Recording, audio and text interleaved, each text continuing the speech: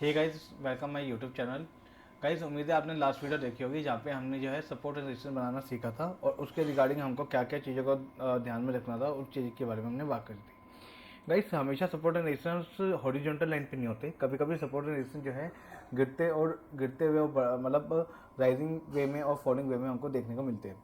तो इस वीडियो में हम बात करेंगे कि rising and falling support and resistance. तो rising, what is rising support and rising resistance, and what is falling support and falling resistance. तो ये क्या होते हैं, कैसे हम इसको ड्रॉ करते हैं, आज हम इस बारे में प्रैक्टिकल भी हम इस वाली वीडियो में समझेंगे। इसके लिए हमको समझना होगा व्हाट इज राइजिंग सपोर्ट और राइजिंग रेजिस्टेंस। तो देखो गाइस, होता क्या है कि हमेशा आपको पता है जब भी मार्केट कोई भी पैटर्न बनाती है तो मार्केट कोई भी पैटर्न जो है एक बार में मतलब एक पॉइंट में यहाँ से यहाँ पे सीधा नहीं जाती है। हमेशा वो जब भी जाती है वो जिगजैग करते हुए जाती है, जैसे कि मैंने यहाँ पे आपको बना के दिखाया। अब होता क्या है ना, सपोर्ट हमेशा, मैंने क्या बताया था, सपोर्ट हमेशा कहाँ बनता है, सपोर्ट हमेशा बनता है नीचे की तरफ, ठीक है। और रजिस्टेंस बनता है हमेशा आपको ऊपर की तरफ। तो आपको करना क्या है, आपको बस इसके ना जो L1 जो मैंने समझाया था लास्ट टाइम पे, जैसे ये हो गया L1, यहाँ पे ये हो गया L2, ये हो गया L3, ठीक है। आपको बस इन टच पॉइंट को जो है टच करते हुए एक लाइन बना के ड्रॉ करनी है, ठीक है। जैसे इस वाले केस में मैंने ऐसे लाइन बना दी, ठीक है। तो ये हो गया मेरा जो है राइजिंग सपोर्ट, राइजिंग सपोर्ट, ठीक है। सब तो ये राइजिंग सपोर्ट किस वे में हुआ, क्योंकि यहाँ पे हर बार जो है मेरा जो मेरा लो लो पॉइंट है वो हमेशा बढ़ता जा रहा है। जैसे मैंने यहाँ पे बताया, यहाँ पे L2 जो है यहाँ पे ग्रेटर देन है L1 से, या L3 ग्रेटर देन है L2 से। सेम इसी पैटर्न में हमको जो है रेजिस्टेंस को भी ड्रॉ करना है। तो राइजिंग रेजिस्टेंस कैसे होगा, मेरे को यहाँ पे H1, ठीक है, यहाँ पे H2 और H3 के पॉइंट को जो है मेरे को एक साथ में एक लाइन के अंदर इसको ड्रॉ करना है कुछ इस तरह से, ठीक है। यहाँ से ऐसे एंड यहाँ से ऐसे।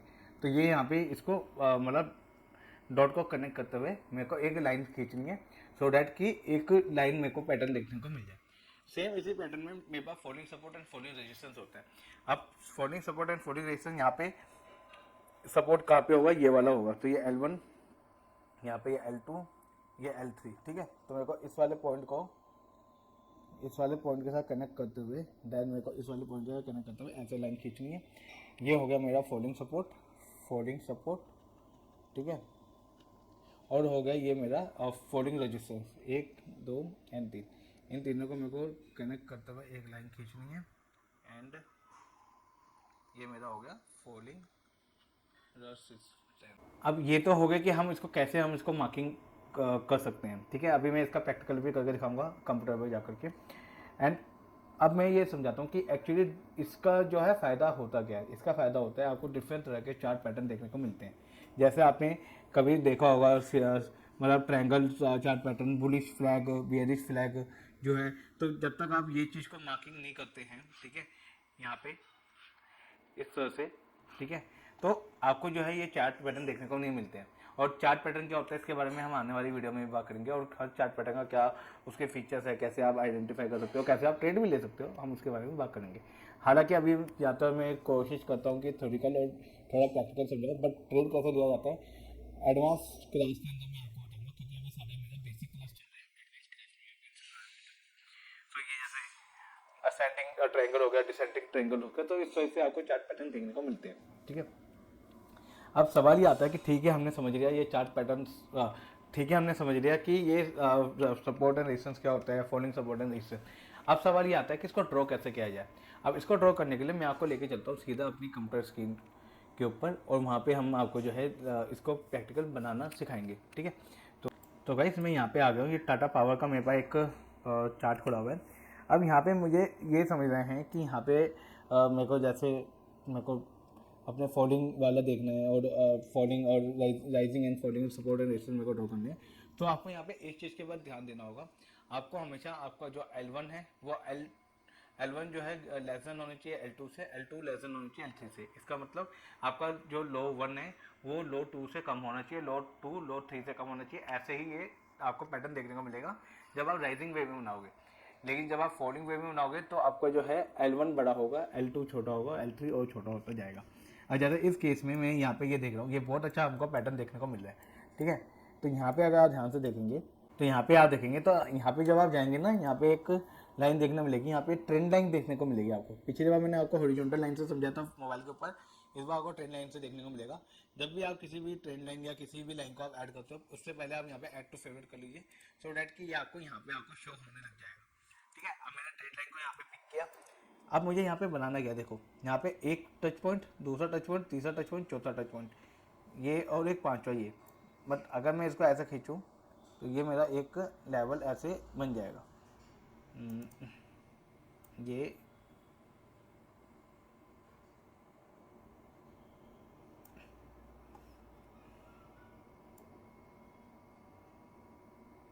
ठीक है, इसी वे में अब ये मेरा जो है राइजिंग सपोर्ट बन गया, राइजिंग रजिस्टेंस बन गया। अब इसी वे में मेरे को राइजिंग जो है अपना राइजिंग सपोर्ट भी मेरे को बनाना है। तो वो कैसे बनेगा, वो बिल्कुल ऐसे बनेगा, एक टच पॉइंट ये मेरा यहाँ पे है, दूसरा ये ना, और तीसरा ये बन जाएगा। तो मैं कुछ इस वे में लेके जाऊँगा एंड ये कुछ ऐसे वे में मेरा बन जाएगा। अब अगर आप ध्यान से देखें तो मेरे को यहाँ पे एक पैटर्न दिखाई दे रहा है, यहाँ से उठाए, फिर यहाँ पे टच किया, फिर ये उठा, फिर ये नीचे गया लेकिन इसको टच नहीं किया था, फिर ये उठा, फिर यहाँ पे इसने टच किया, फिर ये यहाँ पे इसको ब्रेक किया एंड देन उसके बाद फोल्ड कर दिया। ठीक है, ये वाला हिस्सा अगर आप ध्यान से देखें तो यहाँ पे ये फोल्ड कर दिया। सेम इसी वे में अब यहाँ पे राइजिंग हो गया, आप फोल्डिंग का भी बनाना है। अब फोल्डिंग का भी यहाँ पे कुछ इस तरह से देखने को मिल जाएगा आपको। तो यहाँ पे मेरा एक टच पॉइंट दिया था, दूसरा टच पॉइंट दिया था, कम से कम दो टच पॉइंट होने चाहिए, तभी आप जो है राइजिंग एंड फोल्डिंग को बना सकते हैं। दो या दो से ज़्यादा, जितने ज़्यादा बनेंगे उतना वो स्ट्रॉन्ग रहेगा। लेकिन अगर आपके पास मिनिमम दो है, ठीक है, तो उतना इतना वैल्यूबल नहीं देगा, बट हाँ आप मोटा मोटा आइडिया दे देगा। तो यहाँ से एक मैंने ऐसे ये मैंने ड्रॉ कर दिया, लगभग लगभग ये इस हिसाब से देखने को मिलेगा।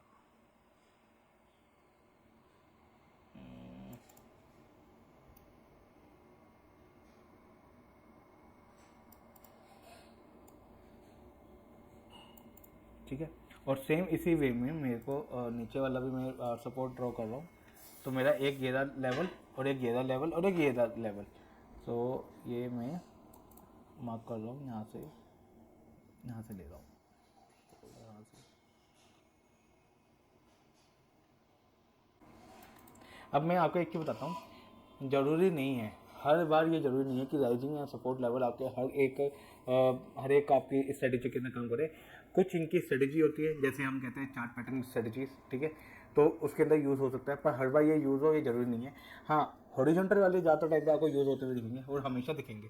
ठीक है, मैं ज़्यादातर कोशिश करता हूँ कि मैं दोनों को यूज़ करूँ, राइजिंग मतलब राइजिंग सपोर्ट, राइजिंग वाले को, फोल्डिंग वाले को, प्लस हॉरिजॉन्टल वाले को, सो डैट कि एक क्लियर पिक्चर मेरे को देखने को मिले। जितने भी मेरे अभी तक की स्ट्रेटेजी है मैं उनको ऐसे वे में ही यूज़ करता हूँ।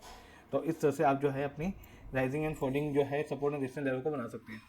हर बार जरूरी नहीं है कि भाई अगर एक राइजिंग हो तो एक फोल्डिंग हो सकता है। जैसे मैंने आपको बताया ट्रायंगल भी बनते हैं, एक राइजिंग होते हुए दिखेगा, एक फोल्डिंग होते हुए दिखेगा, तो इसका कोई मैटर नहीं है। लेकिन ये हमेशा आपको कब देखने को मिलेगा, जब आपके राइजिंग के अंदर आपका जो है अगला जो लो बनेगा वो पिछले लो से ऊपर होना चाहिए, तो आपका राइजिंग देखने को बनेगा। और फोल्डिंग के अंदर भी ऐसे ही होता है, फोल्डिंग के अंदर अगला आपका जो लो है वो पिछले लो से छोटा होना चाहिए, कम होना चाहिए, तो आपका वो फोल्डिंग वे में आपका वो बन जाएगा। आप इसकी प्रैक्टिस करेंगे, आपको धीरे धीरे हैबिट हो जाएगी, और उसके बाद आप जो है इसको बना सकते हो। इसके अंदर एक और चीज़ है, इसके अंदर एक आता है एक्सटेंडेड लाइन, मैं वो भी आपको बताता हूँ। एक ये एक्सटेंडेड लाइन है, इसका भी आप यूज़ कर सकते हो।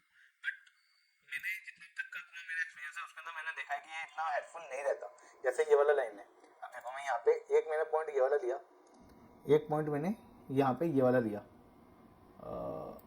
हाँ, अब ये देखो यहाँ पे ये दोनों टच पॉइंट को इसने क्लिक किया। अब यहाँ पे आपको देखने को मिलेगा, एक मिनट इसको ऑटो फिट करता हूँ, तो यहाँ पे आपको देखने को मिलेगा कि यहाँ पे कितनी जगह पे इसने टच किया हुआ है। ठीक है, मैंने एक्चुअली इन दो को लिया था, बट ये उसके ऊपर भी दिखा रही है।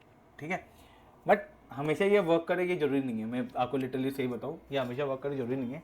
हाँ, कुछ स्ट्रेटजी होती है जो इसको यूज़ करके आप अपने हिसाब से बना सकते हो, और उस स्ट्रेटजी का यूज़ करके आप आराम से कमा भी सकते हो। ठीक है, बट जरूरी नहीं है कोई भी स्ट्रेटजी हो। ठीक है, शेयर मार्केट में कोई भी स्ट्रेटजी हमेशा प्रूवन नहीं रहती, हमेशा टाइम बदलता है और स्ट्रेटजी चेंज होती रहती है।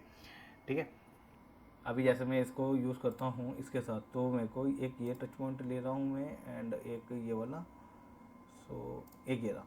अब आप ध्यान से देखो, यहाँ से प्राइस बिल्कुल डाउन जा रहा, डाउन जा रहा, डाउन जा रहा, फिर इसने एक बार यहाँ पे ब्रेक किया प्राइस ने, यहाँ पे प्राइस ने एक बार ब्रेक किया, और फिर इस वाले ऊपर वाले रेजिस्टेंस लेवल को ब्रेक किया एंड देन उसके बाद जो है प्राइस ऊपर उठने लग गया। ठीक है, तो आप इस हिसाब से जो है इसका मीनिंग निकाल सकते हैं। तो ऐसा कुछ है नहीं कि मतलब आपको इसी वैल्यू मेथड को यूज़ करना, आप अपना भी मेथड बना सकते हो, कोई बड़ी बात नहीं है। तो आज की वीडियो में इतना ही गाइस, अब उम्मीद है आपको आज की वीडियो अच्छी लगी होगी। वीडियो मैंने शॉर्ट रखने की कोशिश करी है सो डैट कि आपको कम से कम टाइम में ज़्यादा से ज़्यादा इनपुट दे सकूँ। नेक्स्ट वीडियो में हम जो है कैंडल्स के बारे में बात करेंगे। तो अगर आपको वीडियो में कोई भी सवाल हो आप नीचे कमेंट बॉक्स में मुझसे पूछ सकते हैं। This is Kishan.